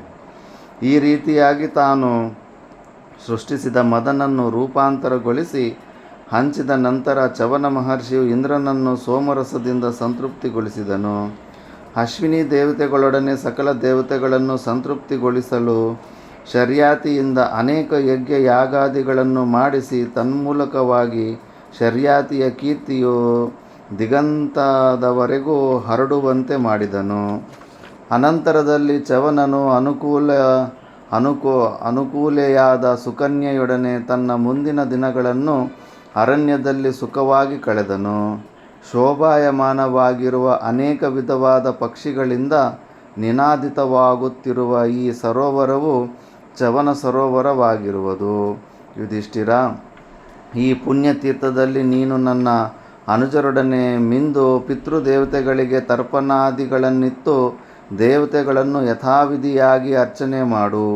ಈ ಸರೋವರದಲ್ಲಿ ಸ್ನಾನ ತರ್ಪಣಾದಿಗಳನ್ನು ಮುಗಿಸಿಕೊಂಡು ಈ ಆಶ್ರಮ ಪ್ರದೇಶವನ್ನು ಸಂದರ್ಶಿಸಿದ ನಂತರ ಸಿಕತಾಕ್ಷವೆಂಬ ಪುಣ್ಯಕ್ಷೇತ್ರವನ್ನು ಸಂದರ್ಶಿಸಿ ಅನಂತರ ಸೈಂಧವ ವನಕ್ಕೆ ಹೋಗಿ ಅಲ್ಲಿರುವ ಚಿಕ್ಕ ಚಿಕ್ಕ ನದಿಗಳನ್ನು ಸಂದರ್ಶಿಸು. ಪುಷ್ಕರಗಳಲ್ಲಿ ಸ್ನಾನ ಮಾಡು. ಈ ನದಿಗಳಲ್ಲಿ ಸ್ನಾನ ಮಾಡಿ ಸ್ಥಾಣುವಿನ ಮಹಾಮಂತ್ರವನ್ನು ಜಪಿಸುವುದರಿಂದ ಸಕಲೇಷ್ಟಾರ್ಥಗಳನ್ನು ಮತ್ತು ಸಿದ್ಧಿಯನ್ನು ಪಡೆಯುವೆ. ತ್ರೇತ ಮತ್ತು ದ್ವಾಪರ ಯುಗಗಳ ಸಂಧಿ ಪ್ರದೇಶವು ಇದಾಗಿರುವುದು. ಈ ಪುಣ್ಯಕ್ಷೇತ್ರದ ದರ್ಶನದಿಂದಲೇ ಸಕಲ ಪಾಪಗಳು ಪರಿಹಾರವಾಗುತ್ತವೆ. ಸೈಂಧವ ವನದಲ್ಲಿರುವ ತೀರ್ಥಗಳಲ್ಲಿ ನೀನು ಮಿಂದು ತರ್ಪಣಾದಿಗಳನ್ನು ಮಾಡಬೇಕು. ಅದರಿಂದ ವೈಯಕ್ತಿಕವಾದ ಸಕಲ ಪಾಪಗಳು ಪರಿಹಾರವಾಗುತ್ತವೆ. ಸೈಂಧವವನ ಪ್ರವಾಸಾನಂತರದಲ್ಲಿ ಅದರ ಸಮೀಪದಲ್ಲಿರುವ ಆರ್ಚೀಕ ಪರ್ವತದ ಸಂದರ್ಶನವನ್ನು ಮಾಡಬೇಕು. ಆ ಪರ್ವತದಲ್ಲಿ ಅನೇಕ ಮಹರ್ಷಿಗಳು ವಾಸ ಮಾಡಿಕೊಂಡಿರುವರು. ಬೇರೆಡೆಗಳಲ್ಲಿ ಆಯಾ ಋತುಗಳಲ್ಲಿ ಮಾತ್ರವೇ ಸಿಕ್ಕುವ ಫಲಗಳು ಆರ್ಚೀಕ ಪರ್ವತದಲ್ಲಿ ಎಲ್ಲ ಋತುಗಳಲ್ಲಿಯೂ ಲಭ್ಯವಾಗುವವು. ಮತ್ತು ಅಲ್ಲಿರುವ ನದಿಗಳು ವರ್ಷಪೂರ್ತಿಯಾಗಿ ಪೂರ್ಣ ಪ್ರವಾಹದಿಂದ ಹರಿಯುವ ಅದು ದೇವತೆಗಳ ನಿವಾಸ ಸ್ಥಾನವೂ ಆಗಿರುವುದು. ಅಲ್ಲಿ ದೇವತೆಗಳು ಅಧಿಷ್ಠಾನ ಮಾಡಿರುವ ಅನೇಕ ಚೈತ್ಯಗಳಿವೆ. ಅಲ್ಲಿರುವ ಚಂದ್ರಮ ಸತೀರ್ಥ ಪ್ರದೇಶದಲ್ಲಿ ಋಷಿ ಮಹರ್ಷಿಗಳು ಆಶ್ರಯವನ್ನು ಪಡೆದಿರುತ್ತಾರೆ. ವೈಖಾನಸರು, ವಾಲ್ಕಿಲ್ಯರು, ಪಾವಕರು, ವಾಯುಭಕ್ಷರು ಇವರೆಲ್ಲರೂ ಆ ಸರೋವರದ ಸಮೀಪದಲ್ಲಿದ್ದು ವ್ರತೋಪಾಸನೆಗಳಲ್ಲಿ ನಿರತರಾಗಿದ್ದಾರೆ. ಆ ಸರೋವರದ ಸಮೀಪದಲ್ಲಿಯೇ 3 ಶೃಂಗಗಳು ಮತ್ತು 3 ಚಿಲುಮೆಗಳು ಇವೆ. ಅವುಗಳನ್ನು ಪ್ರತ್ಯೇಕವಾಗಿ ಪ್ರದಕ್ಷಿಣೆ ಮಾಡಿ ನಮಸ್ಕರಿಸಿ ಇಚ್ಛಾನುಸಾರವಾಗಿ ಸ್ನಾನ ಮಾಡಬಹುದು. ಶೃಂಗಾನಿ ತ್ರೀನಿ ಪುಣ್ಯಾನಿ ಎಂಬುದಕ್ಕೆ ವ್ಯಾಖ್ಯಾನಕಾರರು ತ್ರಿಕೋಣಾಕಾರವುಳ್ಳ ವಾರಾಣಸಿ ಕ್ಷೇತ್ರವೆಂದು, ತ್ರೀನಿ ಪ್ರಸವನಾನಿ ಚ ಎಂಬುದಕ್ಕೆ ಗಂಗಾ ಯಮುನಾ ಸರಸ್ವತಿ ನದಿಗಳ ಸಂಗಮ ಸ್ಥಾನವಾದ ಪ್ರಯಾಗ ಕ್ಷೇತ್ರವೆಂದು ಅರ್ಥ ಮಾಡಿರುತ್ತಾರೆ. ಅವುಗಳನ್ನು ಪ್ರದಕ್ಷಿಣೆ ಮಾಡಿ ಯಥಾಕಾಮಮುಪಸ್ಪೃಶ್ಯ ಎಂಬುದಕ್ಕೆ ವ್ಯಾಖ್ಯಾನ ಮಾಡುತ್ತಾ ಹೀಗೆ ಹೇಳಿದ್ದಾರೆ. ಕಾಶಿ ಪ್ರಯಾಗ ಕ್ಷೇತ್ರಗಳ ಯಾತ್ರೆ ಮಾಡಿದವರು ಚಂದ್ರತೀರ್ಥದ ಸಂದರ್ಶನವನ್ನು ಮಾಡಿಯೇ ತೀರಬೇಕೆಂದು ನಿಯಮವಿಲ್ಲ. ಇದು ಐಚ್ಛಿಕ. ಕಾಶಿ ಪ್ರಯಾಗಗಳ ಸಂದರ್ಶನ ಮಾಡುವವರ ಚಂದ್ರತೀರ್ಥವನ್ನು ಸಂದರ್ಶಿಸಲೇಬೇಕು. ಇದು ಅವರ ಅಭಿಪ್ರಾಯ. ಯುಧಿಷ್ಠಿರ, ಶಾಂತನು, ಶುನಕ ಮತ್ತು ನರನಾರಾಯಣರು ಈ ಪುಣ್ಯಕ್ಷೇತ್ರದಲ್ಲಿ ತಪಸ್ಸು ಮಾಡಿ ಸನಾತನವಾದ ಪುಣ್ಯಲೋಕಗಳನ್ನು ಪಡೆದರು. ಆರ್ಚೀಕ ಪರ್ವತದಲ್ಲಿ ಸಕಲ ದೇವತೆಗಳು ಸಾನ್ನಿಧ್ಯವೂ ಇರುವುದು. ಪಿತೃದೇವತೆಗಳು ಮತ್ತು ಋಷಿ ಮಹರ್ಷಿಗಳು ಆ ಪರ್ವತದಲ್ಲಿ ಸರ್ವದಾ ತಪಸ್ಸನ್ನು ಮಾಡುತ್ತಿರುತ್ತಾರೆ. ಆ ಪರ್ವತದಲ್ಲಿ ನೀನು ಅವರನ್ನು ಆರಾಧಿಸು. ಆ ಪರ್ವತದಲ್ಲಿ ದೇವತೆಗಳು, ಪಿತೃದೇವತೆಗಳು ಮತ್ತು ಋಷಿಗಳು ಚರುವನ್ನು ಭಕ್ಷಣ ಮಾಡುತ್ತಾರೆ. ಅದರ ಸಮೀಪದಲ್ಲಿಯೇ ಜೀವನದಿಯಾದ ಯಮುನೆಯು ಪೂರ್ಣ ಪ್ರವಾಹದಿಂದ ಪ್ರವಹಿಸುತ್ತಿರುವುದು. ಅಲ್ಲಿ ಶ್ರೀಕೃಷ್ಣನು ಅನೇಕ ವರ್ಷಗಳ ಕಾಲ ತಪಸ್ಸಿನಲ್ಲಿ ನಿರತನಾಗಿದ್ದನು. ಶತ್ರುಧ್ವಂಸಕನಾದ ಯುಧಿಷ್ಠಿರನೇ, ಆ ಪವಿತ್ರ ಕ್ಷೇತ್ರಕ್ಕೆ ನಕುಲ, ಸಹದೇವರು, ಭೀಮಸೇನ, ದ್ರೌಪದಿ ಮತ್ತು ನಾವೆಲ್ಲರೂ ಹೋಗೋಣ. ಲೋಮಶರು ಹೀಗೆ ಹೇಳಿ ಯುಧಿಷ್ಠಿರಾದಿಗಳೊಡನೆ ಸ್ವಲ್ಪ ದೂರ ಪ್ರಯಾಣ ಮಾಡಿದ ನಂತರ ಸರೋವರವೊಂದನ್ನು ತೋರಿಸುತ್ತಾ ಹೇಳಿದರು. ಯುಧಿಷ್ಠಿರ, ಇದು ಪುಣ್ಯಪ್ರದವಾದ ಇಂದ್ರ ಸರೋವರ. ಧಾತೃ, ವಿಧಾತೃ ಮತ್ತು ವರುಣರು ಮೊದಲು ಇಲ್ಲಿಗೆ ಆಗಮಿಸಿ ಆ ಪುಣ್ಯಕ್ಷೇತ್ರದಲ್ಲಿಯೇ ಪರಮಧಾರ್ಮಿಕರಾಗಿ ಜಿತೇಂದ್ರಿಯರಾಗಿ ನಿಯಮ ವ್ರತಾನುಷ್ಠಾನಗಳಿಂದಿದ್ದು ಊರ್ಧ್ವಲೋಕಗಳಿಗೆ ಹೋಗಿರುವರು. ಸುಹೃದರಿಗೂ ರುಜು ಮಾರ್ಗಾನುಯಾಯಿಗಳಿಗೂ ಈ ಸರೋವರದ ಸಮೀಪದಲ್ಲಿರುವ ಈ ಪರ್ವತವು ವಾಸಕ್ಕೆ ಯೋಗ್ಯವಾಗಿದೆ. ಅಲ್ಲಿ ಕಾಣುತ್ತಿರುವುದೇ ನಾನು ಹಿಂದೆ ಹೇಳಿದ ಮಹರ್ಷಿಗಣ ಸೇವಿತವಾದ ನಾನಾ ವಿಧವಾದ ಯಜ್ಞಗಳ ಯೂಪಸ್ತಂಭಗಳಿಂದ ಕೂಡಿರುವ ತೀರ ಪ್ರದೇಶವುಳ್ಳ ಮಹಾಪುಣ್ಯವತಿಯಾದ ಪಾಪದ ಭಯವನ್ನು ದೂರ ಮಾಡಲು ಸಮರ್ಥವಾದ ಯಮುನಾ ನದಿಯು ಯಮುನಾ ನದಿಯ ಈ ತೀರದಲ್ಲಿ ಮಹಾಧನುಷ್ಮಂತನಾದ ಮಾಂಧಾತೃ ಚಕ್ರವರ್ತಿಯು ದೇವತೆಗಳ ಪ್ರೀತ್ಯರ್ಥವಾಗಿ ಮಹಾಯಾಗವನ್ನು ಮಾಡಿದನು. ಮಹಾದಾನಿ ಎಂದು ಪ್ರಸಿದ್ಧನಾದ ಸಹದೇವನು ಮಗನಾದ సోమకను ಇಲ್ಲಿ బహుదక్షిణాకవాద యజ్ఞವನ್ನು ಮಾಡಿದನು. ఇక్కడ ఏం చెప్పారంటే ఇంద్రునికి చవనునికి యుద్ధం వస్తుంది. ఎందుకు వస్తుందంటే ఆ శర్యాతి రాజు ఒక యజ్ఞం చేయాలని సంకల్పం చేసుకుంటాడు. సరే అని ఇంకా చవన మహర్షిని దానికి పురోహితుడై చేపిస్తూ ఉంటాడు. అది ఆహుతి ఇచ్చేటప్పుడు స్వాహ అని ఇంద్రాయ స్వాహ అంటే ఇంద్రునికి ఏ దేవతలకు అది పోతుంది. ఇంకా అశ్విని దేవతల్లో కూడా బ్రాహ్మణ క్షత్రియ వైశ్య శూద్ర 4 వర్గాలు ఉంటాయి.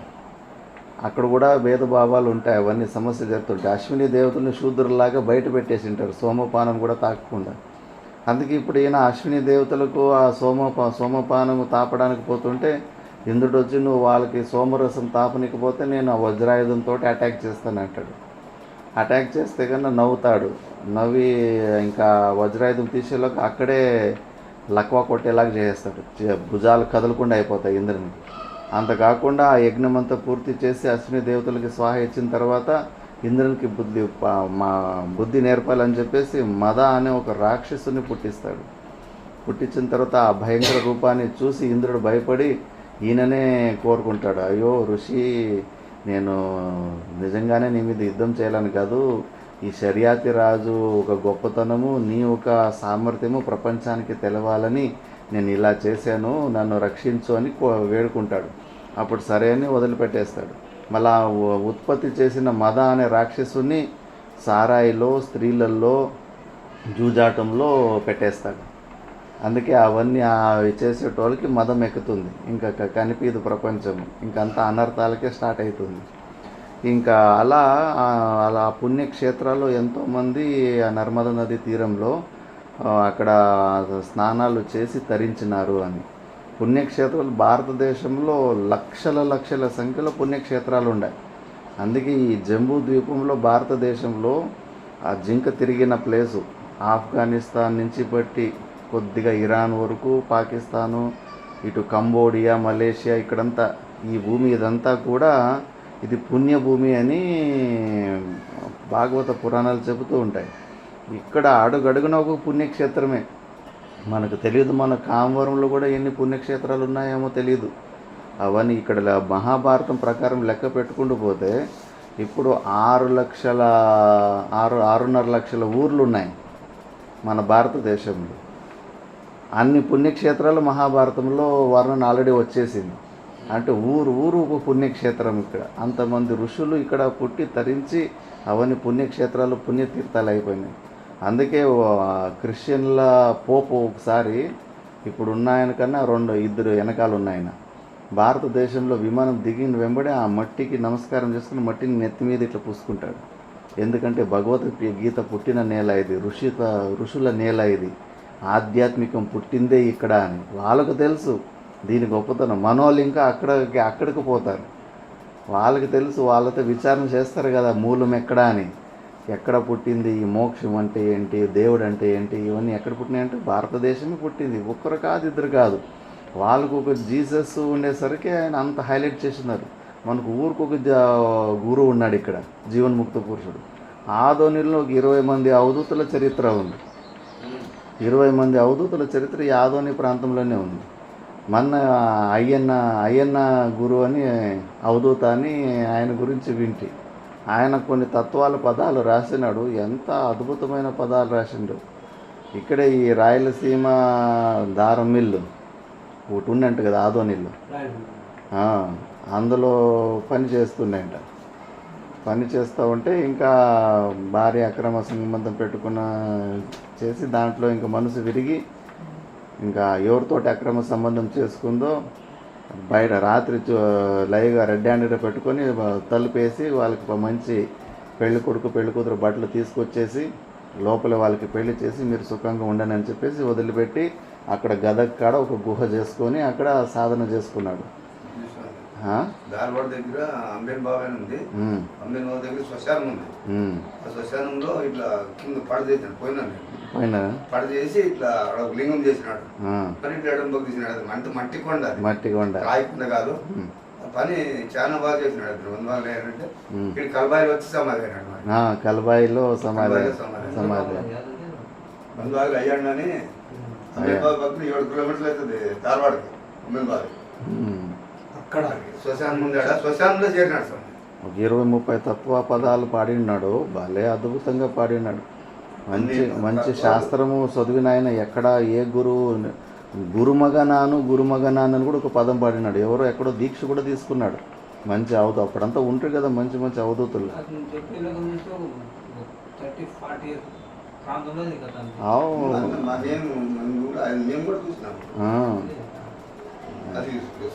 అంటే కొద్దిగా అవధూత కదా, తాగేవాడు అంట.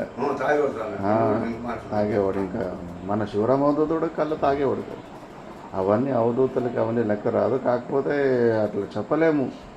ఈ ఒక్క ఆదోని ప్రాంతంలో 20 లెక్కేసుకుంటే 20 దాటిపోతుంది. ఇలాంటి వాళ్ళు ఉన్నారంటే ఊరు ఊరు పుణ్యక్షేత్రమే భారతదేశంలో.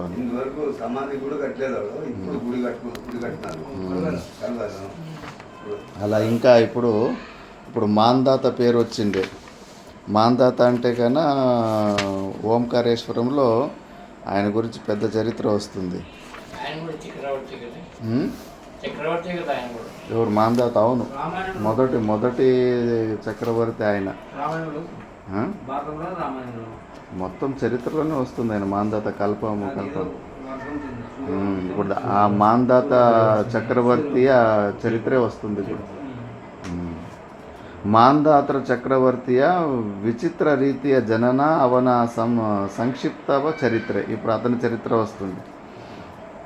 బ్రాహ్మణోత్తమరే ಯುಧಿಷ್ಠಿರುడు ಅಡುಗುತ್ತಾడు ಅಕ್ಕಡುನ್ನ వాళ్ళు ಲೋಮಶನು 3 ಲೋಕಗಳಲ್ಲಿಯೂ ಪ್ರಸಿದ್ಧ ಹೊಂದಿದ ಯವನಾಶ್ವನ ಮಗನಾದ ಮಾಂಧಾತೃ ಚಕ್ರವರ್ತಿಯು ಹೇಗೆ ಹುಟ್ಟಿದನು? ಉತ್ತಮೋತ್ತಮವಾದ ಇತರರಿಂದ ಪಡೆಯಲು ದುಸ್ಸಾಧ್ಯವಾದ ಶಾಶ್ವತವಾದ ಅಂತಹ ಸ್ಥಾನವನ್ನು ಮಹಾ ತೇಜಸ್ವಿಯಾದ ಮಾಂಧಾತೃವು ಹೇಗೆ ಪಡೆದನು?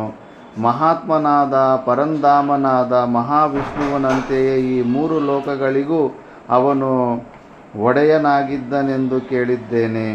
ಧೀಮಂತನಾದ ಮಾಂಧಾತೃ ಚಕ್ರವರ್ತಿಯ ಸುಚರಿತೆಯನ್ನು ನಿಮ್ಮಿಂದ ಕೇಳಬೇಕೆಂಬ ಆಶಯದಿಂದಿರುವೆನು. ಇಂದ್ರನಿಗೆ ಸಮಾನವಾದ ತೇಜಸ್ಸಿನಿಂದ ಕೂಡಿದ್ದ ಆ ಚಕ್ರವರ್ತಿಗೆ ಮಾಂಧಾತ ಎಂಬ ಹೆಸರು ಹೇಗೆ ಬಂದಿತೆಂಬುದನ್ನು ದಯಮಾಡಿ ಹೇಳಿರಿ. ಮಹಾಪರಾಕ್ರಮಿಯಾದ ಮಾಂಧಾತೃವಿನ ಜನ್ಮ ವೃತ್ತಾಂತವನ್ನು ತಿಳಿಸಿರಿ. ವಿಕ್ರಮೋತ್ತಮರೇ, ಇಂತಹ ವಿಷಯಗಳ ಪ್ರವಚನಗಳಲ್ಲಿ ನೀವು ಬಹುಕುಶಲರಾಗಿರುವಿರಿ. ಆದುದರಿಂದ ದಯಮಾಡಿ ಹೇಳಿರಿ. ಯುಧಿಷ್ಠಿರನ ಆ ಮಾತಿಗೆ ಲೋಮಶರು ಮಂದಹಾಸಪೂರ್ವಕವಾಗಿ ಸಮ್ಮತಿಯನ್ನಿತ್ತು ಮಾಂಧಾತೃ ಚಕ್ರವರ್ತಿಯ ಇತಿಹಾಸವನ್ನು ಹೇಳಲು ಉಪಕ್ರಮಿಸಿದರು.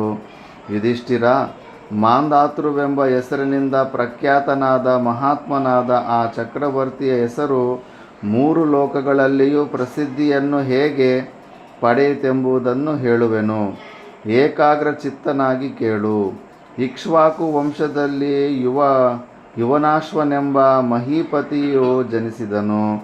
ಆ ಮಹಿಪಾಲನು ಬಹುದಕ್ಷಿಣೆಗಳಿಂದ ಸಾಧ್ಯವಾಗುವ ಅನೇಕ ಯಾಗಗಳನ್ನು ಮಾಡಿದನು. ಧರ್ಮಾತ್ಮನಾದ ಅವನು 1,000 ಅಶ್ವಮೇಧ ಯಾಗಗಳನ್ನು ಮಾಡಿದನು. 1000 ಅಶ್ವಮೇಧ ಯಾಗಗಳೇ ಅಲ್ಲದೆ ಇನ್ನೂ ಅನೇಕ ಬಹುದಕ್ಷಿಣಾಕವಾದ ಕ್ರತುಗಳನ್ನು ಮಾಡಿ ಮುಗಿಸಿದನು.